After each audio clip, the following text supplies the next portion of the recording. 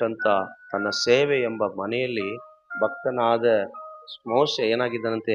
ನಂಬಿಗಸ್ತನಾಗಿದ್ದಾನಂತೆ.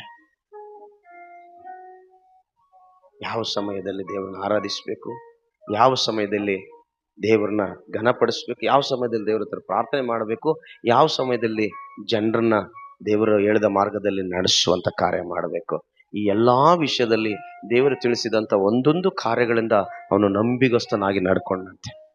ಎಲ್ಲಿ ಕೂಡ ದೇವ್ರ ಮಾತು ತಪ್ಪಲಿಲ್ಲ ಅಂತೆ. ಹಲೋ, ದೇವರೇ ಇದಕ್ಕೂ ಸಾಕ್ಷಿ. ಯಾರು? ದೇವರೇ ಸಾಕ್ಷಿ ಕೊಡ್ತಾ ಇದ್ದಾನೆ. ಮೋಸೆ ನನ್ನ ಮನೆಯಲ್ಲಿ ನಂಬಿಗಸ್ತನಾಗಿದ್ದಾನೆ ಎಂಬುದಾಗಿ. ಇವತ್ತು ನಿಮಗೆ ಕೊಟ್ಟಂತ ಈ ಸಭೆ ಎಂಬ ಮನೆ, ನಿಮ್ಮನ್ನು ನಿತ್ಯ ರಾಜ್ಯಕ್ಕೆ ಸೇರಿಸಬೇಕಾಗಿರುವಂತ ಈ ಮನೆಯಲ್ಲಿ ನೀನು ಹೆಂಗಿದೀಯಾ? ಒಂದು ಸಲ ಯೋಚನೆ ಮಾಡು. ನೀನ್ ನಂಬಿಗಸ್ತಳಾಗಿದೆಯಾ? ಈ ಸಭೆಗೆ ನೀನು ನಂಬಿಗಸ್ತಳಾಗಿ ದುಡಿತಾ ಇದೀಯಾ? ದೇವರು ಕೊಟ್ಟಂತ ಈ ಮನೆಯಲ್ಲಿ ನೀನು ಮಾಡಬೇಕಾದ ಕರ್ತವ್ಯಗಳಲ್ಲಿ ನಂಬಿಗಸ್ತಳಾಗಿದೆಯಾ? ನಂಬಿಗಸ್ತನಾಗಿದೆಯಾ? ಒಂದು ದಿನ ಕೂಡ ಮೋಸೆ ಎಲ್ಲಿ ಕೂಡ ರೆಸ್ಟ್ ಮಾಡದಂಗೆ ಓಡ್ತಾ ಇದ್ದಾನೆ. ನೀನ್ ಎಷ್ಟು ದಿನ ಈ ಸಭೆಯಲ್ಲಿ ರಕ್ಷಣೆ ಹೊಂದಿದಾಗಲಿದೆ? ಎಷ್ಟು ದಿನದಿಂದ ಓಡ್ತಾ ಇದೀಯ?